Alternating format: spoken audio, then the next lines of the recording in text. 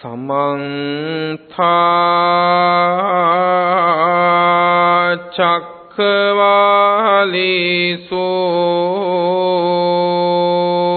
अत्रा गच्छन्तु देवता सद्दम्मं मुनिराजस्य सुनन्तु सग्गमुखदं धम्मश्रवण कालो अयं भदन्ता धम्मश्रवण कालो अयं भदन्ता धम्मश्रवण कालो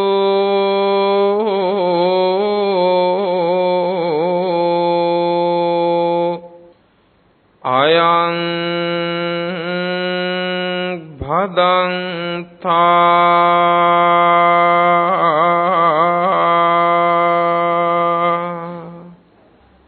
नमो तस्स भगवतो अरहतो सम्मा सम्बुद्धस्स नमो तस्स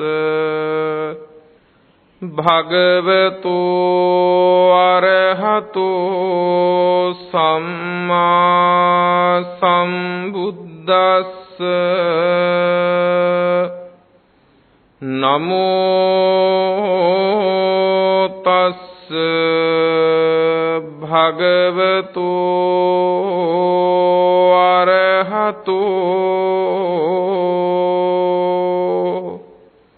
सम्मा सम्बुद्धस्स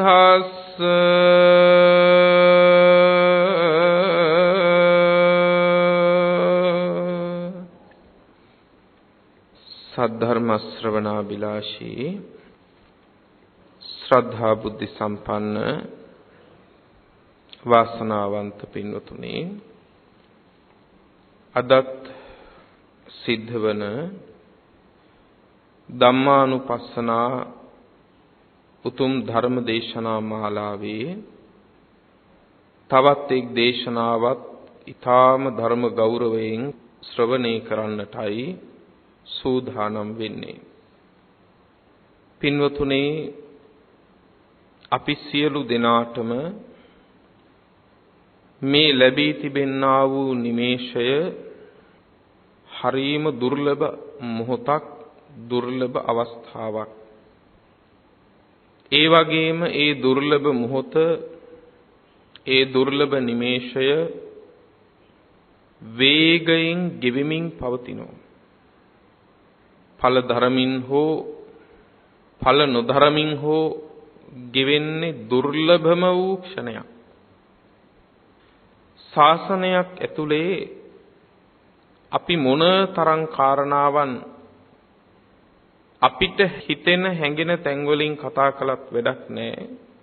ශාසනයක් තුල ශ්‍රාවකෙක් හැටියට ඵල ධරන්නේ නැත්තම් මිනිස්සු තමන්ගේ ගෙවල් වල ගෙවතු වල හදනවා පින්නතුනේ ගස් ලැබු ගස්. මේ ගස් ලැබු ගස් හැදිලා සමහර ගස් තියෙනවා පින්නතුනේ ඊටාම හොඳට පළ බර වෙලා පින්නොත්නි ගස් ලැබු ගෙඩි හැදෙනවා. තවත් සමහර ගස් ලැබු ගස් තියෙනවා මහ පොළොවේ වතුර ටික, මහ පොළොවේ පොහොර ටික ඔක්කොම උරාගෙන හොඳට පින්වත්නි දෑතින් අල්ලන්න බැරි තරමට ගහ හැදෙනවා. හැබැයි ඵල දරන්නේ. එදාට මේ ගෙවත්ත සුද්ධ කරගෙන යන තමන් දෙපාරක් නොහිත පින්නතුනේ මේ ගහ කපන්නේ තමන්මයි. ඒ ගැනයි දෙපාරක් හිතන්නේ. ඒ නිසා ශාසනයක් ඇතුලේ ඵල දරන්නේ නැතිව නිකම්ම නිකං පෙරලිලා යන ගහක් වගේ ශ්‍රාවකෙක් වෙන්න එපා. ඒක ශාසනයක් ඇතුලේ අපරාධයක්. අලාභයක්, පාඩුවක්. ශාසනය ඇතුලේ අපිට ඵලයක් තියෙන්න ඕන. ශාසනයෙන් අපි අත්විඳින සුවයක් තියෙන්න ඕනේ. නිවනට සාදුකාර දෙන අපිට මොහොතක් ගානේ ජීවිතේ නිවා ගන්න වැඩපිළිවෙලක් තියෙන්න ඕන. නිවනට සාදුකාර දෙන අපිට අද නැති නිවීමක් හෙට හමු වෙන්න ඕන. ඊයේ තිබිච්ච නැති නිවීමක් අද හමු වෙලා තියෙන්න ඕන. එහෙම නැත්තම් අපිට නැවත වාරයක් අපේ ප්‍රතිපදාවන් ගැන පින්වතුනේ ආපහු මුලක ඉඳලා විමසන්න වෙනවා. ඒ නිසා මේ ධම්දෙසුම් මාලාව පින්වතුනේ ලෝකෙම අරමුණු කරගෙන සිද්ධ වෙන්නේ, සිද්ධ කරන්නේ වෙන මේ ලෝකේ කරන්න කිසිම දෙයක් නැති හින්දා එහෙම නෙවෙයි. කරනවා නම් මීට වඩා හොඳට ඉන්ද්‍රිය පිනවන්න පුළුවන් ඕනතරම් දේවල් ලෝකේ කරන්න තියෙනවා. හැබැයි මේ ටික කරන්නේ මුළු ලෝකේටම පින්නතුනේ පිහිටක් පිලිසරණක් වෙන්න ඕන නිසා. ඒ ලාභය ලබා ගන්න මේ දේශනාවන් උපකාර වේවා කියන ප්‍රාර්ථනාවත් තබමින්, උපකාර කරගනීවා කියන ආරාධනාවත් තබමින් අදත් මේ දේශනාව ආරම්භ කරන්නටයි බලාපොරොත්තු වෙන්නේ. පසුගිය දේශනාවේදී අප සාකච්ඡා කරමින් සිටියේ සප්ත බුද්ධංග ධර්මයන් අතර ධම්මවිජය සම්බුද්ධංගේ පිළිබඳවයි. එහි ධම්මවිජය සම්බුද්ධංගේ උපතටත් වැඩිවීමටත් හේතු වන කාරණාවන් අපි සාකච්ඡා කරන්නට යෙදුනා. අද එතෙන් සිට ඉදිරියට ධම්මවිජය සම්බුද්ධංගේ පිළිබඳව පින්වත් ඔබට දේශනා කරන්නටයි සූදානම් වෙන්නේ. පින්වත්නි, නූපන් ධම්මවිජය සම්බුද්ධංගයේ ඇතිවීමටත් ඇතිවෙච්ච ධම්මවිජය සම්බුද්ධංගයේ වැඩිවීමටත් යෝනිසෝ මනසිකාරය මූල කාරණේ වෙනකොට ඒ සඳහා උපකාර වන්නා වූ තවත් කාරණාවන් තියෙනවා 7ක්. මේ ඔක්කොම පින්වත්නි වැඩපිළිවෙලක් මතක තියාගන්න. මේ ධම්මවිජය සම්බුද්ධංගයේ ඇතිවෙන්න මේ වැඩපිළිවෙල ආරම්භ වෙන්න ඕනයි. ආරම්භ නොවුනොත් ඉතින් ධම්මවිජය සම්බුද්ධංගය නැහැ. දැනුම තියෙයි. කාරණා 7 හිට තව කාට හරි කියලාත් දී. අර දොස්තර වගේ. නේද? මේ කාරණා 7 අපි අපේ ජීවිතේ සම්පූර්ණත්වයට පත් කරගන්න ඕන වෙනද? මේ වැඩපිළිවෙල ආරම්භ කරගත්තොත් පින්වත්නි මේ ධර්මය නැමැති ගංගාවට අපි බැස්සා වෙනවා. එදාට අපිට ආයේ මේකෙන් ගොඩ එන්න හිතෙන්නේ නැහැ පින්වත්නි ධර්ම ගංගාවෙන්. මොකද එදාට මේ සුවය දැනෙනවා අපිට. දැන් අපිට මේ හිතෙන්නේ පින්වත්නි ගඟට බහින්න බෑ සීතලයි කියලානේ. නේද? ගඟේ ගොඩ ඉඳන් බලනකොට ගඟට බහින්න බෑ සීතලයි කියලානේ පසුබෑමක් තියෙන. හැබැයි ඒක අමාරුවෙන් හරි බැස්සම ඒ සුවය විඳිනකොට ආයේ ගොඩට එන්න හිතෙන්නේ ගොඩට එන්න හිතෙන්නේ නැහැ. ඒ නිසා මේකට අමාරුවෙන් හරි බැස ගන්න ඕන පින්වත්නි. මොනවද මේ කාරණා 7? අපිච්ච සත්ත ධම්මා ධම්ම විචය සම්බුද්ධංගස්ස උපාදාය සංවත්තಂತಿ. තවත් කාරණා 7ක් තියෙනවා ධම්ම විචය සම්බුද්ධංගයේ ඇතිවීමට. පළවෙනිම කාරණේ තමයි පරිපුච්චිකතා. පරිපුච්චිකතා කියලා කියන්නේ දැන් මේක කරන්න ඕන අපි පටන් ගන්න ඕන. පරිපුච්චිකතා කියලා කියන්නේ රූප වේදනාදී ස්කන්ධ ධර්මයන් පිළිබඳව නිතර විමසන්න ඕනේ. මේ කියන්නේ ගැඹුරු ධර්මකාරණාවන් පිළිබඳව පින්නතුනේ නොඑක් වර දහම් කරුණු විමසන කෙනෙක් බවට පත් වෙන්න ඕන. මේක ලොකු වැඩපිළිවෙලක් පින්වත්නි. හැබැයි මේ ගැඹුරු ධර්මකාරණා පිළිබඳව මොකද බුදු කෙනෙකුගේ ශාසනයකදී වෙන තැනකදී අවබෝධ කරගන්න බැරි දේ අවබෝධ කරගන්න තමයි පින්වත්නි මහන්සි ගන්න ඕන. දැන් උදාහරණයකට අපි හිතමුකෝ ඔබට ඔන්න යම් නිවේදනයක් නිකුත් කරනවා යම් දවසක උදෑසන අද උදෑසන 10 සිට විදුලිය විසන්ධි කරනවා කියලා. දැන් එතකොට උදෑසන 10ට පෙර ඔබ ප්‍රමුඛතාවය දෙන්නේ කුමකටද? විදුලියෙන් කරගන්න තියෙන වැඩ ටික කරගන්නනේ. පැහැදිලි නේද? උදෑසන 10ට විදුලිය විසන්ධි කරනවා කිව්වොත් ඔබ උදෑසන 10 දක්වා ප්‍රමුඛතාවය දෙන්නේ විදුලියෙන් කරගන්න තියෙන වැඩ ටික කරගන්න. මොකද ඊටු ටික විදුලිය නැතත් අපිට කරගන්න පුළුවන්. අන්න ඒ වගේ පින්පව් තෝරගන්න බුදුවරුම ඕනේ නැහැ. හොඳ නරක තෝරගන්න බුදුවරුම ඕන නැහැ. හැබැයි ස්කන්ධාදී ධර්මයන් විමස ගන්න නම් බුදු කෙනෙක්ම ලෝකේ පහළ වෙන්න ඕනේ. ඒකයි කිව්වේ මේ ලැබිච්ච වාරයේ ස්කන්ධාදී ධර්ම පිළිබඳව පින්වතුනේ විමසන්න අපි පුරුදු වෙන්න ඕන. ඒ සඳහා නොයේ ක්‍රමෝපායන් හොයා ගන්න පුළුවන්. කල්යාණ මිත්‍රයන් ආශ්‍රය කරන්න පුළුවන්. නේද? කල්යාණ මිත්‍ර ආශ්‍රයෙන් සත්පුරුෂ ආශ්‍රයෙන් පින්වත්නි මේ ස්කන්ධාදී ධර්මයන් පිළිබඳව විමසන්න පුළුවන්. කාලේන ධම්ම සාකච්ඡා කියලා කිව්වේ ඒකයි. නිරන්තර සාකච්ඡාවක්, ගැඹුරු කාරණාවක් සාකච්ඡා වෙන්න ඕන. ඒ කාරණෙන් ස්වාමින් වහන්සේලා ධර්මදරයන් වහන්සේලා පින්වත්නි ඇසුරු කරන්න අපි යොමු වෙන්න ඕන. එතකොට බලන්න අතිරේක ලාභ කීයක් තියෙනවද කියලා. ඊට පස්සේ උන්වහන්සේලා දැකීමෙන් සතුටු වෙනවා නම් දක්ඛිනානුත්තරීය කුසල් සිද්ධ වෙනවා. එසේ කතා කරලා යහපත් දේ ශ්‍රවණය කරපුවම සවනානුත්තරීය කුසල් සිද්ධ වෙනවා. උන්වහන්සේලා හමු වෙලා වන්දම පිදුවම ගිලම්පස ටික දුන්නම පාරිචර්යානුත්තරීය කුසල් සිද්ධ වෙනවා. සසරේ ප්‍රඥා සම්පත් උපදින්න කුසල්ලත් වෙනවා. අතිරේක ලාභ රාශියක්. ඒ නිසා ධම්ම විචය සම්බුද්ධංගය ඇති වෙන්න ස්කන්ධාදී ගැඹුරු ධර්මයන් පිළිබඳව පින්නතුනේ විමසන්න ඕන. පොතපත කියවන්න ඕන. ඒ පිළිබඳ පොතපත කියවන්න ඕන පින්වත්නි. ඒකත් විමසීමක්.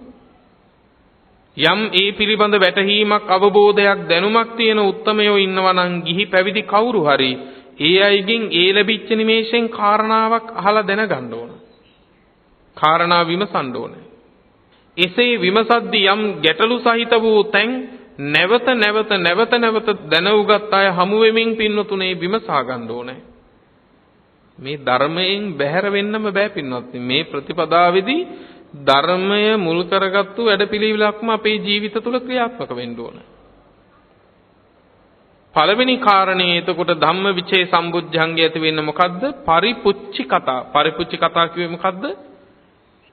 රූප වේදනාදී ස්කන්ධ ධර්මයන් පිළිබඳව ගැඹුරු කාරණයන් පිළිබඳව පින්වත්නි විමසන්න ඕනේ. තොරතුරු කරුණු කතා කරන්න ඕනේ. අනුන්ගෙන් දැනගන්න ඕනේ. පොතපත කියවන්න ඕනේ. මේ හැම එකක්ම පරිපුච්චි කතා. ඒ පිළිබඳව වූ දේශනා අහන්න ඕනේ. ඒකත් පරිපුච්චි කතාවක්ම තමයි. ඊළඟට දෙවෙනි කාරණේ තමයි පින්වත්නි වත්තු විසද කිරියතා. වත්තු විසද කිරියතා කියලා කියන්නේ පින්වත්නි ආධ්‍යාත්මික සහ බාහිර වස්තුන් පිරිසිදු කරගන්නත් ඕනේ. ආධ්‍යාත්මික වස්තුන් කියලා කියන්නේ නියපොතු කැපීම, ඊළඟට පින්වත්නි කිස් ටික මනාකොට පිළිවෙලට කිස් කැපිය යුත්තේක් නම් කිස් කැපීම, නිය කැපිය යුත්තේක් නම් නිය කැපීම, ඊළඟට පින්නතුනේ තමන්ගේ අතපය ඇඟ සෝදා පිරිසිදු කරගෙන නාලා කියලා ඉන්න එක, දතකට මදින එක, මේ හැම එකක්ම පින්වත්නි ආධ්‍යාත්මික වත්තු විසද කිරියතාව. ඒ කියන්නේ තමා තුල තමා ළඟ තිබෙනා වූ වස්තුන් පිරිසිදු කර ගැනීම.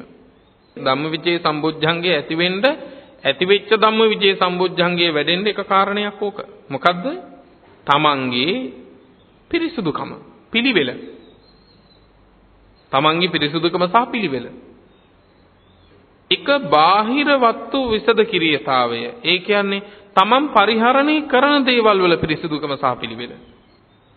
ස්වාමින් වහන්සේ නමක් නම් තමන්ගේ සේනාසනය, තමන් සැතපෙන ඇඳ ඇතිරිලි, තමන්ගේ සිවුරු, පාත්‍රය, ඒ හැම එකක්ම පිරිසිදු වෙන්න ඕන, පිළිවෙල වෙන්න ඕන. පුරුදු වෙන ජීවිතයක මේ කියන්නේ සරසන්න කියන එක නෙවෙයි. සැරසීම වෙනයි, පිළිවෙල වෙනයි. පිරිසිදුකම සහ සැරසීම කියන්නේ දෙකක්. එතකොට ධම්මවිචේ සම්බොජ්ජංගය ඇති වෙන්න නාලා කියලා පිරිසිදු වෙලා නියපොතු කපලා කොණ්ඩේ පීරලා ඉන්න එක හරි වැදගත්. ඉන්න තැන පිළිවෙලට අතුපතු ගාලා පින්වත්නි ඒ ආසන ආදීෙහි ඇතිරි පිළිවෙලට තියලා පාත්‍ර ආදිය හොඳට හොදලා පෙන් කල පිරිසිදු කරලා ඒ හැම එකක්ම කරන එක වැදගත්. එතකොට අනේ මට ධර්මයක් නම් පුරන්න හම්බෙන්නේ නැහැ මේ වැඩත් එක්ක කියලා පින්වත්නි ඒ වැඩ පැත්තකට දාලා ಗುಣ පුරන්න බෑ. සමහර අය පින්වත්නි තමන්ගේ වැඩ කොටස බාධාවක් හැටියට හිතනවනේ මේ ධර්මයේ පුරා ගන්න. නෑ, ඒ වැඩ කොටසේ පිළිවෙලට කරන එකක් ධර්මයේ පූර්ණ වෙන්න කාරණයක්. නමුත් වැඩ අඩු කරගන්න එක හොඳයි. නේද? වැඩ අඩු කරගන්න එක හොඳයි. අප්ප කිච්චෝ කිව්වේ ඒකනේ. වැඩ අඩු වෙන තරමට හොඳයි. ඒ කියන්නේ එක කලගෙඩියක් නම් තියෙන්නේ හොදා ගන්න පුළුවන්. කලගෙඩි 100ක් ගෙන આવොත් එහෙම කලගෙඩිම හොද ඉන්න වෙනවා වින්නත් සමාධියක් නම් උපද්දවන්න වෙන්නේ නැහැ. නේද? ඊළඟට පින්වත්නි නිකමට හිතන්නකෝ පින්වත්නි දැන් ඔබ සමහර කෙනෙකුට පින්වත්නි මහා ලොකු ගේ දොර තියෙන්න පුළුවන්. මුල් කාලේ නම් හිතුවා ඉතින් ලොකුවට නැතුව බෑ එහෙම තිබ්බොත් තමයි සැපට පහසුවට ඉන්න පුළුවන් කියලා. දැන් හිතෙනවා අනේ මේ සාගරයක් වගේ හදාගෙන එහා කොන මෙහා කොන නඩත්තු කරගන්න ගියාම දවස ඉවරයි. දැන් තැවෙනවා. දැන් මොකද වෙන්නේ? දැන් නඩත්තු කරන්නත් බෑ ඒ කියලා ඉතින් පෙරලන්නත් බෑනේ. නේද? ඒ කියලා පෙරලන්නත් බෑ. හැබැයි පුංචි කුටියකට සීමා වෙච්ච කෙනෙකුට එක මොහොතයි යන්නේ එහි වැඩ කොටස නිමා කරගන්න. එතන ඉඳලා උන්වහන්සේට වැඩි කාලයක් ඉතුරු වෙනවා තමන්ගේ වැඩ කොටස කරගන්න. අපේ ස්වභාවය තමයි පින්වත්නි අපි එක වැඩට එක බඩු ගෙනාවා. එක වැඩකට එක බඩුවයි, එක වැඩකට එක භාණ්ඩයයි. හැම වැඩකටම මෙවලම් අපිට අලුත් වුණා. හැබැයි ස්වාමින් වහන්සේ නමක් ගත්තම පින්නතුනේ මේක අතීත ගිහි ගෙදරක් තිබුණා. අතීතයේ දැන් ස්වාමින් වහන්සේ නමක් ගත්තම පාත්‍රය වළඳන්නෙත් ඒකේ. පෙන් වළඳන්නෙත් ඒකේ. නානමනම් උන්වහන්සේට පෙන් පහසු වෙන්නත් පාත්‍රේ පාවිච්චි කරගන්න පුළුවන්. මොනවද කරන්න බැරි? හැබැයි එක භාණ්ඩයයි. නඩත්තු කරන්න තියෙන්නේ, පිරිසිදු කරන්න තියෙන්නේ එක භාණ්ඩයයි. අපි වැඩ ගානට බඩු ගෙනාවට පස්සේ දැන් බඩු ගානට ආයේ වැඩක් තියෙනවා. නැතිද? නේද? දැන් තියෙන්නේ පින්වත්නි මොකද්ද? අපිට අපේ වැඩ කරගන්න නෙවෙයි බඩු වල වැඩ ටික කර ඉන්න තමයි අපිට තියෙන්නේ දැන්. ඒකනේ වෙලා තියෙන්නේ. සමහර භාණ්ඩ අපි හැමදම වැඩ ගන්නෑ. හැබැයි හැමදම සිද්ධ වෙනවා බඩු වල වැඩ ටික අපිට කරන්න. නැතිද බලන්නකෝ. දැන් පුටු 50ක් තිබ්බත් ඉඳ ගන්න එක පුටුවේනේ. හැබැයි 49ක් නිකම් පිහ දාන්න වෙනවනේ. නැතිද? දැන් මොකද ඔය ඇත්තන්ට හිතෙන්නේ ඔය ඇත්තන්ගේ ආපු වැඩපිළිවෙල ගැන? දුක් සල්ලි දීලා ගෙනල්ලා තියෙන කියලා හිතෙන්නේ නැද්ද? දුක සල්ලි දීලානේ ගෙනල්ලා තියෙන්නේ.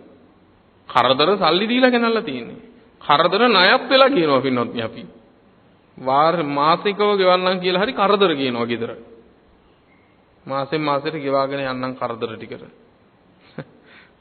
නේද? එතකොට හිතන්න පුළුවන් තරම් පින්වත්නි වැඩ අඩු කරගන්න, බඩු අඩු කරගන්න. එහෙම වුණාම පින්වත්නි මේ ටික පිරිසිදු කරන්න ලේසි, පිළිවෙලට තියාගන්න ලේසි. පිරිසිදුකම පිළිවෙලට අඩු කාලයක් යනකොට අපිට අපේ වැඩ ටික කරගන්න කාලය තියෙනවා. එතකොට පින්වත්නි වත්තු විසද කිරියතාවේ තමයි ධම්මවිචේ සම්බොජ්ජංගය ඇති වෙන්නේ දෙවෙනි කාරණේ. කියන්නේ තමන්ගේ සහ තමන් පරිභෝග කරන්නා වූ වස්තුන්හි පිරිසිදු බව පිළිවෙල. ඒක කොහොමද උපකාර වෙන්නේ? ඒක උපකාර වෙන්නේ මෙහෙමයි පින්වත්නි. පහනකට දාන තෙල් අපිරිසිදු වුණාම ඒ පහන් දැල්ලේ ආලෝකේ නැහැ පින්වත්නි, අඳුරුයි. තෙල් අපිරිසිදු වුණාම, පහන අපිරිසිදු වුණාම, තිරේ අපිරිසිදු වුණාම ඒ පහනේ ආලෝකයක් පින්වත්නි පහන් දැල්ලත් අරතරම් බබලන්නේ. අන්න ඒ වගේ තමයි අපි මුල් කරගත්තු සහ අපි පරිහරණය කරන දේවල් වල ඒ පිරිසිදුකම් නැති වුණාම පින්වත්නි ඒ මුල් කරගන්නා වූ දැනුමත් පින්වත්නි අපිරිසිදු වෙනවා. දැනුමත් අපිරිසිදු වෙනවා. ඒ කියන්නේ අපේ ගත අපිරිසිදු වුණාම පින්වත්නි එවන් ගතක් දරන කෙනෙකුට හිතට පිරිසිදු සිතිවිලි එන්නේ නැහැ. නැවුම් සිතිවිලි එන්නේ නැහැ. හැම වෙලාවකදීම නැවුම් සිතිවිලි එන්න නම් තමන් පරිභෝග කරන වස්තුන් හිත් නැවුම් භාවයේ පවතින්න ඕන. නැවුම් බව පවතින්න ඕන. ඒක හොඳට මතක තියාගන්න. ඊළඟ කාරණේ තමයි ධම්මවිචේ සම්බොජ්ජංගේ ඇතිවෙන්න ඉන්ද්‍රිය සමත්ත පටිපාදනතා. ඉන්ද්‍රිය සමත්ත පටිපාදනතා කියන්නේ ඉන්ද්‍රිය සමතාවයේ සකස ගන්න ඕනේ. ඉන්ද්‍රිය තියෙනවා පින්නතුනේ පහක්. මොනවද? ඉන්ද්‍රිය ධර්ම. මොනවද ඉන්ද්‍රිය ධර්ම පහ? සද්ධා, විරිය, සති, සමාධි, ප්‍රඥා. මේ පහ සමතාවයෙන් පවත්වා ගන්න ඕන. ඒක හරිය වැදගත් කාරණයක් පින්නතුනේ. එයින් සද්ධා, විරිය, සති, සමාධි, ප්‍රඥා කියන පහෙන් සති කියන ඉන්ද්‍රිය ධර්මය හැම කල්හිම අධික මාත්‍රවම තියෙන්න ඕන. අපි ඒක සති සම්බුද්ධංගයේදී විස්තර කළා. මොනම වෙලාවකවත් සතිය කියන එක අඩු කරන්න ඕන කියලා එකක් නැහැ. සිහිය කියන එක අධික මාත්‍රම වෙන්න ඕන. ඒක වැඩි වෙන තරමට තමයි හොඳ. අවාසනාවකට ඒක තමයි නැත්තෙම. නේද? අධික මාත්‍රම වෙන්න ඕන එක තමයි අල්ප මාත්‍රම වෙන්නේ අපි. ඊළඟට පින්වත්නි ඉන්ද්‍රිය ධර්ම හතරක් තියෙනවා. මොනවද?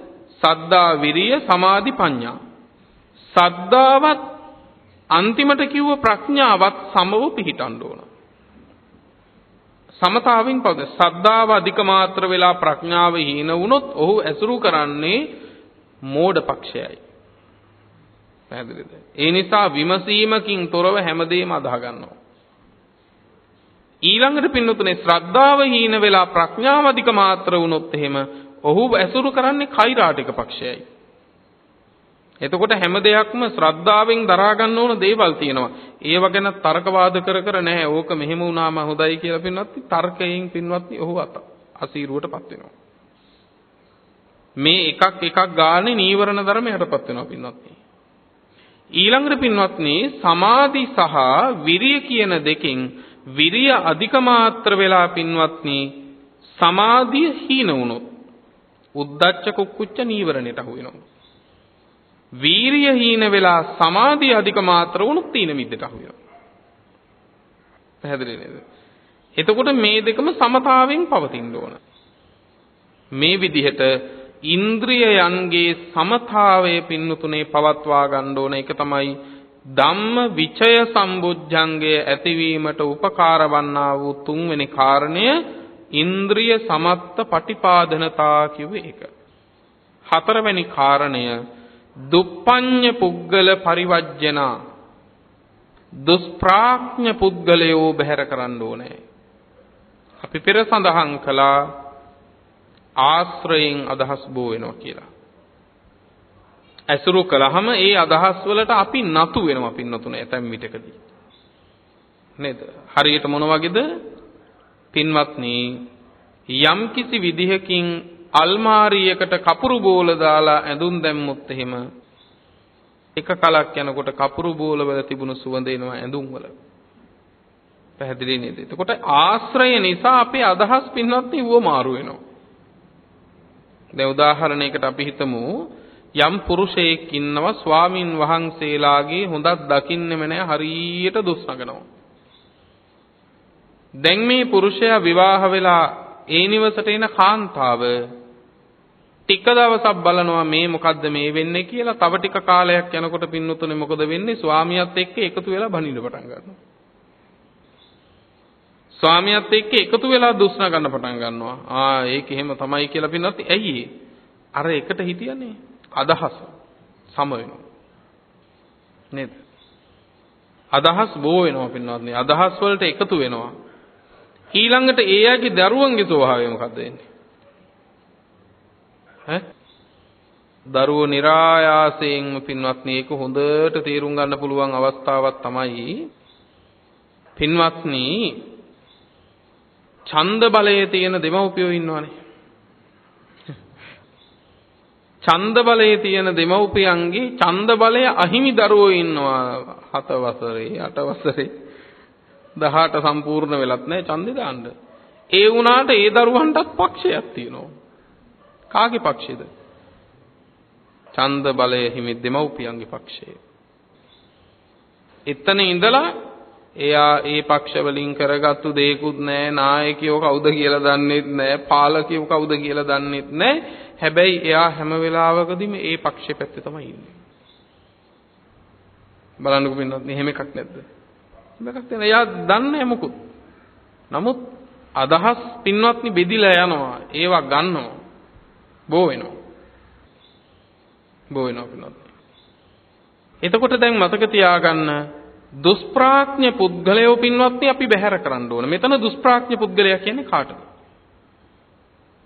ධම්මවිචේ සම්බොජ්ජංගේ කුමක් සඳහාද තියෙන්නේ?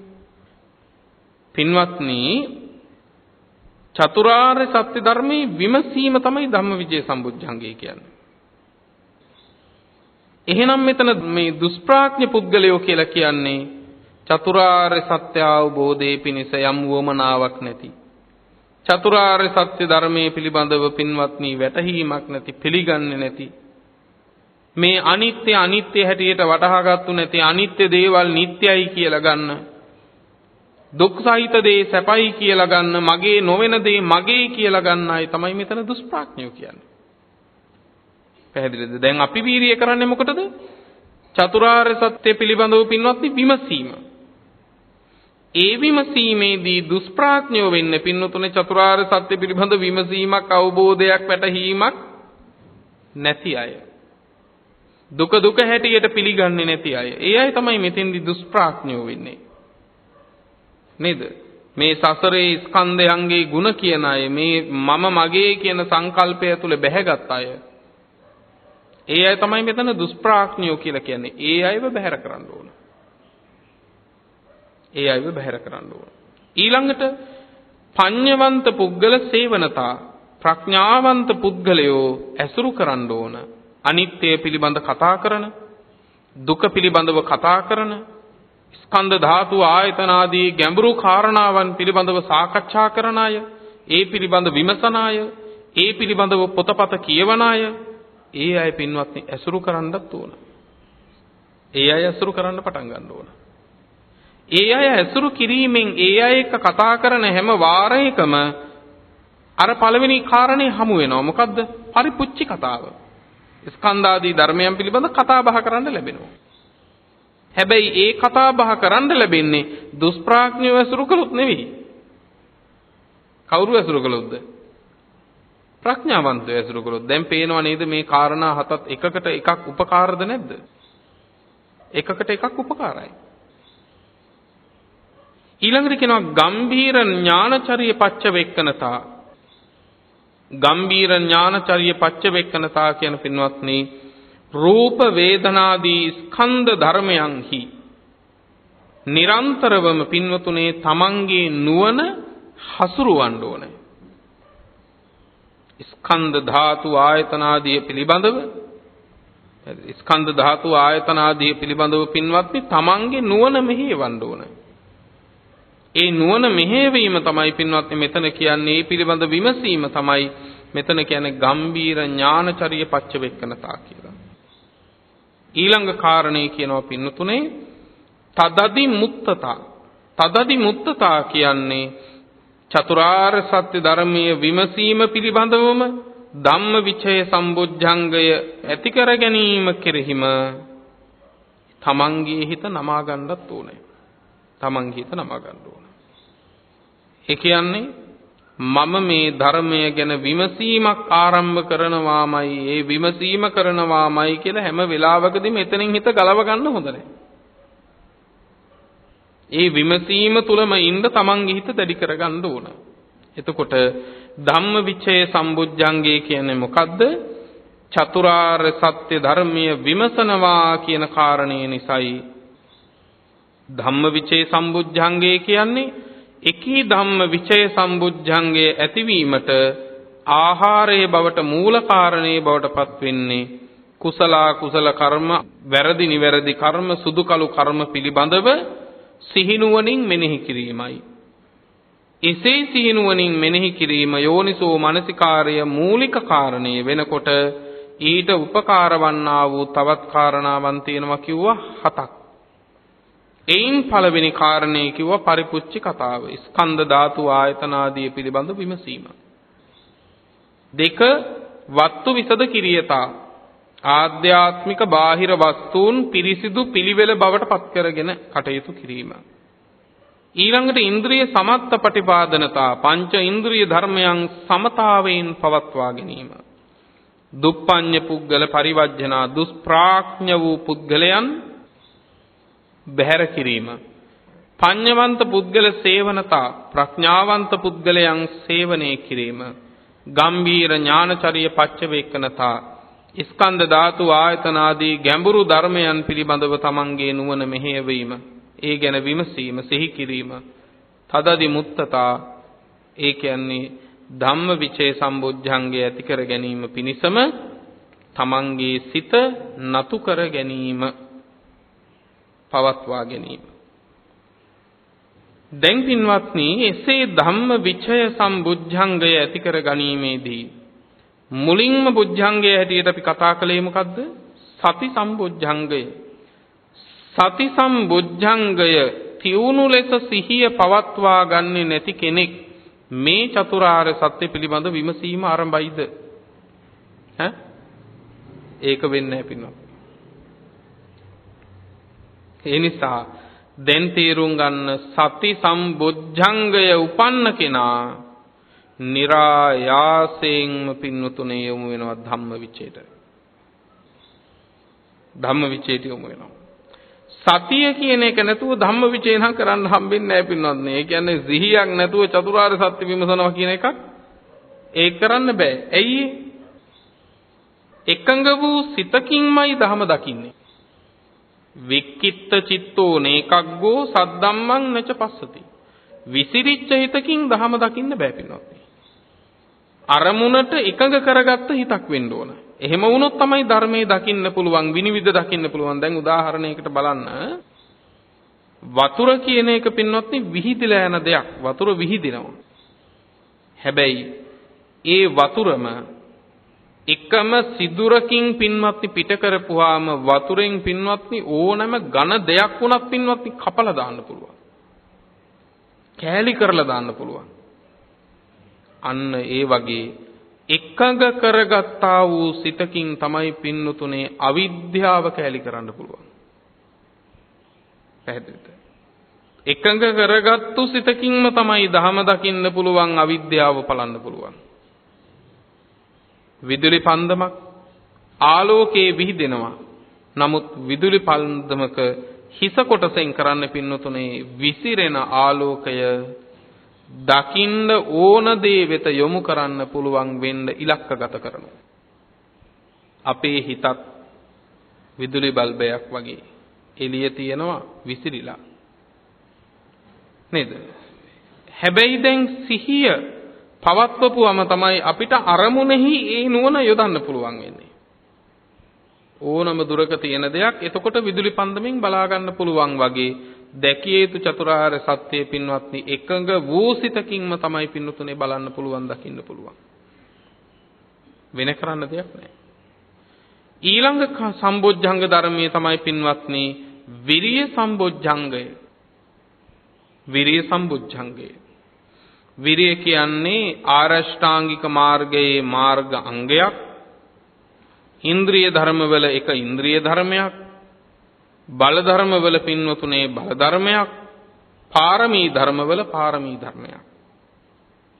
වීරය පින්වත්නි සමාන කළා අශ්වරත්නයට. අශ්වරත්නයේ ශීඝ්‍ර වේගය වගේ මේ ධර්ම මාවතේ නිවන අරමුණු කරගෙන පින්වතුනේ වේගයේ ශීඝ්‍ර වෙන්නේ වීරිය තිබුණොත්. වීරිය තිබුණොත්. වීරිය කියලා කියන්නේ පින්වත්නි යම්කිසි ශ්‍රාවකෙක් උපද්දවාගත්තු සති සිහිය ආදී ධර්ම තියෙනවනේ. මේ සිහිය ආදී ධර්මයන් පිරිහෙන්න නොදී දැන් සති සම්බොජ්ජංගය ඇති කරගත්තා. ධම්ම විචේ සම්බොජ්ජංගයත් ඇති කරගත්තා. ඒ ආදී ධර්මයන් පිරිහෙන්න දෙන්න හොඳ නැහැ. මොකද සිහිය උපදවාගත්තු වගේම උපදවාගත්තු සිහිය නැති වෙනවා කියන එකත් හොඳට තේරුම් ගන්න ඕන. නේද? ධානලාභීන් ධාන උපද්දවගත්තට පින්වත්නි, ඒ ධානයත් පින්වත්නි ගිලිහෙන තැන් තියෙනවා. එතකොට සිහිය සති සම්බොජ්ජංගය ඇති කරගත්තා වගේම ඒ බොජ්ජංග ධර්මයේ නැති වෙන්නත් පුළුවන්. පිරිහිලා යන්න පුළුවන්. අනේ ඇති කරගත්තා අය නම් මේක නැති වෙන්නේ නැහැ කියලා එකක් නැහැ. ඒක නිසායි මේක නිරන්තරව පින්වත්නි පුරුදු කළ යුතු, පුහුණු කළ යුතු. දැන් අපි හිතමුකෝ පින්වත්නි ප්‍රථම ධානයේට සමවැදුණා කියලා. ප්‍රථම ධානයේට සමවැදිච්ච ශ්‍රාවකයා ඒ ප්‍රථම ධානයේ රැක ගන්න ඕන පින්වත්නි. රැක ගන්න ඕන කියන්නේ ප්‍රථම ධානයේ අල්ල ගන්න ඕන කියන එක නෙවෙයි. ප්‍රථම ධානයේ රැක ගන්න ඕන. ඇයි ඒ? ප්‍රථම ධානයේ නැති වෙන්නේ කොහොමද? දැන් හරි ප්‍රථම ධානයේට මං ආවා කියලා පින්වත්නි, ආයේ ඒ ප්‍රථම ධානයේට සමවැදුනේ නැත්තම්, නිතර නිතර සමවැදුනේ නැත්තම් අර එකඟ භාවයේ දැන් ආයේ පවතින්නේ නැහැ පින්වත්නි. ඒ කියන්නේ පිරිසිදු කරපු භාජනයක් නිරන්තරව පිරිසිදු කළේ නැත්තම් ආය අපිරිසිදු වෙනවා. පැහැදිලි නේද? වරක් අතු ගාපු ඔබේ නිවස නැවත නැවත අතු ගෑවේ නැත්තම් අපිරිසිදු වෙනවා. එහෙම අපිරිසිදු වෙලා ටික කාලයක් ගියාට පස්සේ ඒ අපිරිසිදු වෙච්ච තැන් ලේසියෙන් පිරිසිදු කරන්න බෑ. ඊට පස්සේ මහත් වූ ආයාසයක් ගන්න වෙනවනේ. අන්න ඒ වගේ තමයි පින්වත්නි මේ සිහිය ආදිය උපද්දවා ගත්තට ඒ යම් සමාධියක් යම් ධානයක් හරි උපද්දවා ගත්තම පින්වත්නි නැවත ඒට සමවදින්න ඕන. ඒ සමවදින්නේ ඒ ධානයේ ඇලෙන්න නෙවෙයි. ඒක පුරුදු කරන්න ඕන. ඒකට කියනවා වශී භාවයේ පවත්වන්න ඕන කියලා. තවත් සමහර අවස්ථා තියෙනවා ප්‍රථම ධානයේටපත් වෙච්ච කෙනාට හිතෙනවා දැන් ප්‍රථම ධානයේට හරි මම දැන් ද්විතීය ධානයේට යන්න ඕනේ කියලා පින්වත්නි ප්‍රථම ධානයේ උපද්දවගත්තු ගමන් පින්වත්නි ද්විතීය ධානයට වීරිය කරන්න පටන් ගන්නවා. එහෙම වුණාමත් ධානයේ පිරිහෙනවා. දැන් උදාහරණයකට මෙහෙම හිතන්නකෝ යම් කිසි කෙනෙක් නගරයකට යනවා නොදන්න පළාතක. නොදන්න නගරයකට ගියාට පස්සේ දැන් ගියපු පාරෙන් ගියා නගරයට. ගියාට පස්සේ ඒ නගරයේ ඔහු හොඳට හාත්පස ඇවිදින්න ඕන. එතකොට තමයි ඔහුට නගරයේ පිළිබඳව පූර්ණ වැටහීමක් එන්නේ. දැන් මං නගරයට ආවා කියලා ආවොත් එහෙම ආපු පාරෙන් එනවා මිසක වෙන දෙයක් නම් දැනගන්න වෙන්නේ ඒ නිසා නොගිය විරු තැනකට ගියාට පස්සේ ඒ තැන හොඳට විමසලා ඒ හැම තැනක් පිළිබඳවම දැනුවත් වෙන්න ඕනද නැද්ද? දැනුවත් වෙන්න ඕන. එහෙම දැනුවත් වුණාට පස්සේ Tamanට ඊළඟට යන්න කඩයක් තියෙනවා නම් සාප්පුවක් තියෙනවා නම් ඊළඟට එතෙන්ද යන්න පුළුවන්. Taman දැන් දන්නවා මේ ගැන.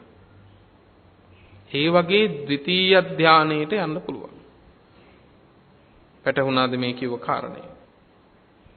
එතකොට පින්වත්නි ඉපදිච්ච සති ආදී ධර්මයන් පිරිහෙන්නත් නොදී රැක ගැනීමට ඒ වගේම දියුණු කර ගැනීමට ගන්නා වූ චෛතසික වීරය තමයි පින්වත්නි මෙතන විරිය සම්බුද්ධංගය කියලා කියන්නේ. පැහැදිලිද? දැන් අපි කියනවානේ සම්මා වායාම කියන තැනදී ආරෂ්ඨාංගික මාර්ගයේ සම්මා වායාම කියන මාර්ගාංගයේ සම්පූර්ණ වෙන්නේ කාරණා හතරකින්නේ. මොනවද කාරණා හතර? ඒවට තමයි කියන්නේ සතර සම්‍යක් ප්‍රධාන වීරය කියලා. නේද? නූපන් කුසල ධර්මයෝ උපදවාලීම සඳහා වූ වීරිය. මොනවද මේ කුසල ධර්මයෝ කියන්නේ? මේ සති ආදී ධර්ම. මේ උපදවාගත්තු නැති සති ආදී ධර්මයන් උපද්දවා ගැනීම සඳහා වීරිය තියෙන්න ඕන. උපන් කුසල ධර්මයෝ වැඩි දියුණු කිරීම සඳහා වූ වීරිය. මේ ඇති කරගත්තා වූ සතිය තව දියුණු කර ගැනීමට පින්වත් වීරිය තියෙන්න ඕන. සති ආදී ධර්ම. ශ්‍රද්ධාව වේවා, සතිය වේවා, සමාධිය වේවා. ඒවා උපදවා ගැනීම පළවෙනි එක, ඒවා දියුණු කර ගැනීම දෙවෙනි එක. 3. නූපන්න කුසල ධර්මය දුරු කර ගැනීම සඳහා වීරිය කරන්න ඕන. මේ සතිය ආදී ධර්ම වඩද්දී උපදවද්දී දැන් ඒකට වීරිය කරනවනේ. ඒ වීරිය කරනකොට පංච නීවරණ ධර්ම පින්වත් උපදින්න පටන් ගන්නවා. ඒව තමයි මෙතන අකුසලයෝ කිව්වේ. ඒ ටික බැහැර කරගන්න වීරිය කරන්නත් ඕන. පැහැදිලිද? දැන් මෙහෙම දෙයක්. දක්ෂ රියදුරෙක් වාහනයක් පදවනකොට ඔහු වාහනේ පදවන්න ඕන ගමනාන්තයට. හැබැයි පදවල විතරක් මදි.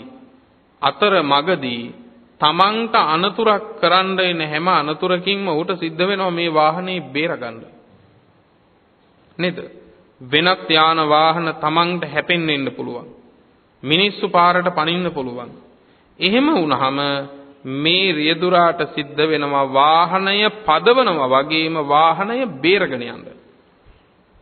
අන්න ඒ වගේ මේ සති ආදී වූ ධර්මයන් උපදවා ගන්නවා වගේම උපදවා ගනිද්දී අර අනෙක් පැත්තෙන් එන පලිබෝධ තියෙනවා, නීවරණ ධර්ම තියෙනවා. ඒ වයින් බේර ගන්නත් ඕන පින්වත්.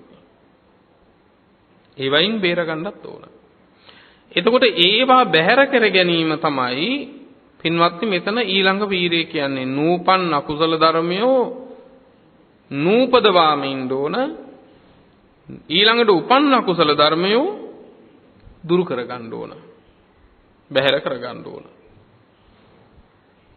එතකොට පින්වත්නි මෙතන කියනවා දැන් ඒ සති ආදී ධර්ම උපදවා ගැනීමටත් පිරිහෙන්න නොදී රැක ගැනීමටත් දියුණු කර ගැනීමටත් තියෙන චෛතසික වීරය තමයි පින්වත්නි මෙතන විරිය සම්බුද්ධංගය කියලා කියන්නේ. පින්වත්නි මේ වීරයෙන් තමයි කාමච්ඡන්ද, ව්‍යාපාද, තීන මිද්ධ, උද්ධච්ච කුක්කුච්ච, විචිකිච්ඡාදී නීවරණ ධර්මයන් වගේම නිට්ටයයි සුභයි ආදී අන්ත වශයෙන් ගන්න වැරදි අදහස් වලට බහින්ද ඇතුල් වෙන්න නොදී අපිව අල්ලගෙන ඉන්නේ, ආරක්ෂා කරගෙන ඉන්නේ අපේ හිත මේ වීරයෙන්. පැහැදිලිද? නීවරණ ධර්ම වලට අහු වෙන්නත් නොදී ඊළඟට නිට්ටයයි සුභයි කියලා ගන්න වැරදි දෘෂ්ටි තියෙනවා. පැහැදිලිද? නිට්ටය කියන්නේ අනිත්‍යයට ප්‍රතිවිරුද්ධ දෙයක්. සියලු සංස්කාර ධර්ම අනිත්‍යයිනේ. නමුත් අනිත්‍ය දේවල් නිට්ටය හැටියට වෙලාවකදී දකින්නවා සමහරු. දුක් සහිත වූ දේ සැප වශයෙන් ගන්නවා. අන්න ඒ වගේ වැරදි දෘෂ්ටි වලටත් බහින්න නොදී අපිව රැකගන්නේ වීරයෙන්. එහෙනම් දැන් දෙයක් තේරුම් ගන්න. පංච නීවරණ ධර්මයන් සිත තුළ උපදින්න වැඩෙන්න නොදී ආරක්ෂා කිරීමෙන් වීරය සමතයට උපකාර වෙනවා. අනිත්‍ය වූ දෙය නිට්ටය වශයෙන් ගන්නට නොදීමෙන්, අසුබ දේ සුබ වශයෙන් ගන්නට නොදීමෙන් වීරය විදර්ශනාවට උපකාර වෙනවා. ඔබට වැටහුණාද? එතකොට වීරයෙන් කරන ප්‍රධාන කාරණය තමයි මොකද්ද? නීවරණ ධර්ම වලට එන්න දෙන්නේ නැහැ. 2 නිට්ටය සුබ වශයෙන් වැරදි දෘෂ්ටි වලට බහින්න දෙන්නේ නැහැ. නීවරණ ධර්මයන්ට එන්නට නොදීමෙන් වීරය සමතයට උපකාර වෙනවා. නිට්ටය සුබ වශයෙන් දෘෂ්ටිගත වෙන්නට නොදීමෙන් වීරය විදර්ශනාවට උපකාර වෙනවා. එහෙනම් වීරය සමතයටත් විදර්ශනාවටත් ඒකාන්තයෙන්ම මුල් වෙන්නා වූ කාරණය.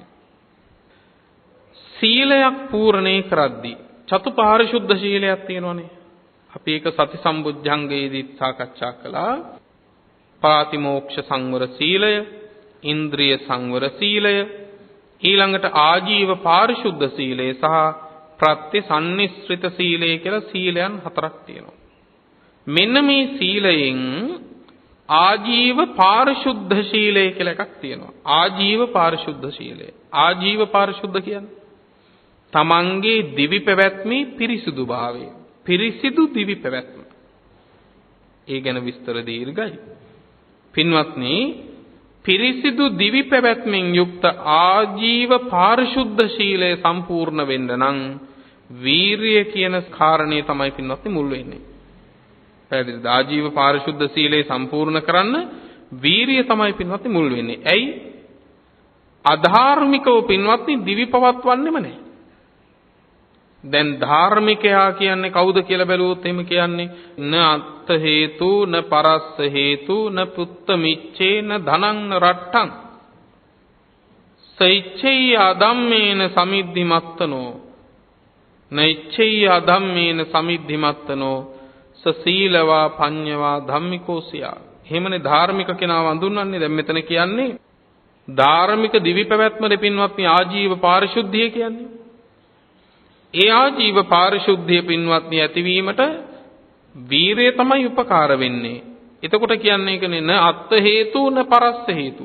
තමන් හින්දවත් අනුන් හින්දවත් න පුත්ත මිච්ඡේ න ධනං න රට්ටං.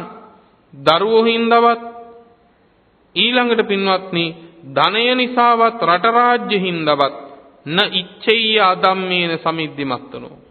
අධර්මයෙන් දියුණුවක් සමෘද්ධියක් නම් බලාපොරොත්තු වෙන්නෙම නැහැ.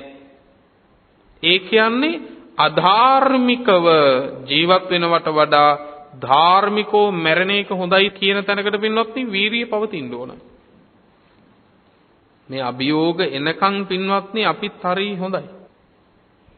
අපි හැමෝම හරි හොඳයි අභියෝගේ නොයන තාක්කල්නේ. හැබැයි දැන් ඔන්න තමන්ගේ දරුවන්ට කන්න නැහැ. තමන්ගේ දරුවන්ට කන්න නැහැ. දැන් දරුවෝ මරණාසන්නයි. තමනුත් මරණාසන්නයි. දැන් ඉතින් කන්න තියෙන පින්වත්නි අනුන්ගේ දෙයක් කඩා වඩාගෙන කෑවොත් තමයි. දැන් මොකද කරන්නේ? දැන් මොකද වෙන්නේ පින්වත්නි? එතකොටත් අපේ හිත දාර්ශනික තර්ක ඉදිරිපත් කරනවා. අනේ ඉතින් මොනව කරන්නත් ජීවත් වෙලා ඉන්න බෑ. නේද? මොනව කරන්නත් ජීවත් වෙලා ඉන්න බෑ. දරුවෝ මැරෙන්න අරින එකේ ඉතින් මේ සංසාරේ අනාථයෝ මගේ කුසට ආවා. ඉතින් ඒගොල්ලෝ රකින්න එපයි කියලා ඉතින් අපි පව් කරන්න හිත හදා ගන්නවා. ඇයි ඒ? වීරිය නැතිකම. වීරිය නැතිකම පින්වත්නි. ඒකයි කිව්වේ පිරිසිදු දිවි පැවැත්ම කියන එක පින්වත්නි හදා ගන්න පුළුවන් වෙන්නේ මොකෙන්ද? වීරියෙන්. නැතිනම් පින්වතුනේ දිවි පැවැත්මට අභියෝගයක් එනකොට දිවි පැවැත්මේ ක්‍රමවේදය අපි අපිරිසිදු කරගන්නවාමයි. ඒ වීරිය නැති හින්දා. ඒ වීරිය නැති හින්දා. ධාර්මික දිවි පැවැත්මක් තියාගන්න ඕන. ඔබට නම් නොකල යුතු වෙළඳාම් තියෙනවා. නේද? කල යුතු වෙළඳාම් වලත් නොකල යුතු විදි තියෙනවා. එහෙම තියෙනවනේ නොකල යුතු වෙළඳාම් තියෙනවා. මස් මාංශ වෙළඳාම්, මේ සත්ව වෙළඳාම්, වස විස වෙළඳාම්, ආයුධ වෙළඳාම් නේ. ඔය ආදී දේවල් නොකල යුතු වෙළඳාම්. කල යුතු කල හැකි වෙළඳාම් තියෙනවනේ. කල යුතු කල හැකි වෙළඳාම් වලත් නොකල යුතු දේවල් තියෙනවා. ඒක බොහෝ දෙනෙක් හිතන්නේ. මොනවද? තුලා කූට, මාන කූට. තුලා කූට කියන්නේ හොරට කිරණ ඒවා. කල යුතු වෙළඳාම් වල නොකල යුතු දේවල්. කරන්න හොඳ වෙළඳාම්. හැබැයි ඒවැයි නොකල යුතු දේවල් තියෙනවා. තාදී වලට තට්ටු දාන ඒවා එහෙම ඒවන් පින්වත්නි තුලා කූට. දෙක මාන කූට හොරට මනින ඒවා. අඩියර් මැරලා එකමාරයි කියන්නේ. ඒවා හොරට මනින ඒවා පින්වත්නි. එතකොට ඒවා නොකල යුතු දේවල්. මේවයින් පින්වත්නි යමෙක් දිවි පැවැත්ම පවත්වනවා නම් ඔහුගේ දිවි පැවැත්මේ ස්වභාවය තමයි කපුටෙක් වගේ. මේක පැවිද්දට කොහොමද අයිති වෙන්නේ? පැවිද්දාගේ පින්වත්නි නිවැරදි දිවි පැවැත්ම කියන එක තවත් එහාට යනවා. තවත් එහාට යනවා පින්වත්නි. ඒක මහා දීර්ඝයි. කුහනා ලපනා නීමිත්ති කතා ආදී සමහර වෙලාවකදී නැති ಗುಣ පෙන්වන්න පුළුවන්. නේද? යමක් ලබා ගන්න ඕන වුණාම නැති ಗುಣ පෙන්වන්න පුළුවන්. සමහර විටකදී අපි හිතමු හැබැයි බාහිර අය ඇහැට පේන දේවල් වලින් තීරණ ගන්නකොට හරි ඉක්මනට පැහැදෙන්නත් මේ කාරණා හේතු වෙනවා. දැන් සමහර විටකදී සෙරෙප්පුවක් දමන්නේ නැති, පාවහන්වත් පළඳින්නේ නැති ස්වාමින් වහන්සේලා ගැන පැහැදෙනවා පාවහන් පළඳින ස්වාමින් වහන්සේලා ගැන පැහැදෙනවට වඩා. එහෙම එකක් ලෝකේ තියෙනවද නැද්ද? එහෙම එකක් ලෝකේ තියෙනවා. හැබැයි පාවහන් පැළඳගෙන ඇවිදින් නැත්තේ මොකක් හින්දාද කියලා අපි දන්නේ නැහනේ. සමහර විට හිතේ තිබුණොත් මගේ පාවහන් නැතුව ඇවිදිනවා දැක්කම මේ දායකයෝ මට හොඳ සිරෙප්පු දෙකක් පූජා කරයි කියලා නම් ඒක මහිච්ඡතාවයයි. ඒක මහිච්ඡතාවයයි. මම මේ කියන්නේ ඒ නිසා ගරු කරන්න එපා කියන එක නෙවෙයි. නමුත් එය ප්‍රමාණයක් හැටියට ගන්න බෑ කෙනෙකුගේ ගුණය සීලය මනින්න. පැහැදිලිද? කෙනෙකුගේ ගුණය සීලය මනින්න එක ප්‍රමාණයක් හැටියට ගන්න බෑ පින්වත්නි. ඊළඟට තවත් සමහර අද තියෙන ලොකු අරුබුදයක් තමයි පින්වත්නි මස් මාංශාදී අනුභවය පිළිබඳව තියෙන ලොකු ආందోලනයක්. මේකට උත්තර දීලා ඉවරකුත් නැහැ. මිනිස්සු ප්‍රශ්න අහලා ඉවරකුත් නැහැ අපි. මේ මස් මාංශ අනුභවයේ කැපද අකැපද කියන එක සම්බන්ධව ප්‍රශ්න ඉවරකුත් නැහැ, උත්තර දීලා ඉවරකුත් නැහැ නේ අත්‍තරම. මේක අපිට නිවන අවබෝධ කරගන්න බැරි වෙලා තියෙන්නේ මේකින් දනන් නෙවෙයි කියලා තමයි කියන්න තියෙන්නේ. පැහැදිලිද?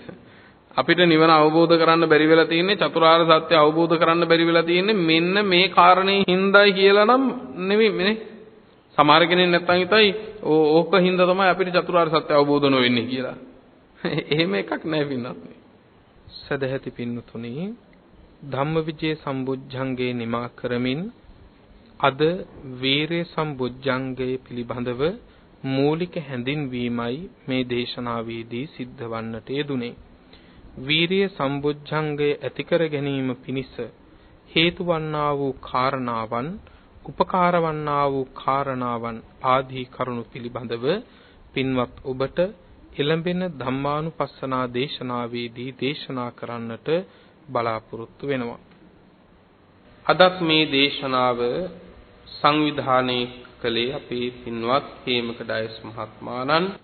ඒ වගේම අද දවසේ ඔබ අප විසින් රැස් කරගත්තා වූ එමෙන්ම රැස් කර ගන්නා වූ සියලු කුසල්, විශේෂයෙන් මේ දේශනාව සඳහා දායකත්වයේ දරන පින්වත් කමානී මායාදුන්නේ වෛද්‍යතුමිය, ඒ වගේම රුක්ලන්ත මායාදුන්නේ මැතිදුන් ඇතුළු පින්වන්ත සියලු දෙනාටත් මේ දේශනාව බෞද්ධ ගුවන් විදුලිය ඔස්සේ ලෝපුරා විසුරුවා හැරීමෙහි පින්වන්ත දායකත්වයේ දරන්නා වූ සියලු දෙනාටත් උතුම් ධර්මාවබෝධයේ පිණසම වේවා කියලා අපි ප්‍රාර්ථනා තබමු.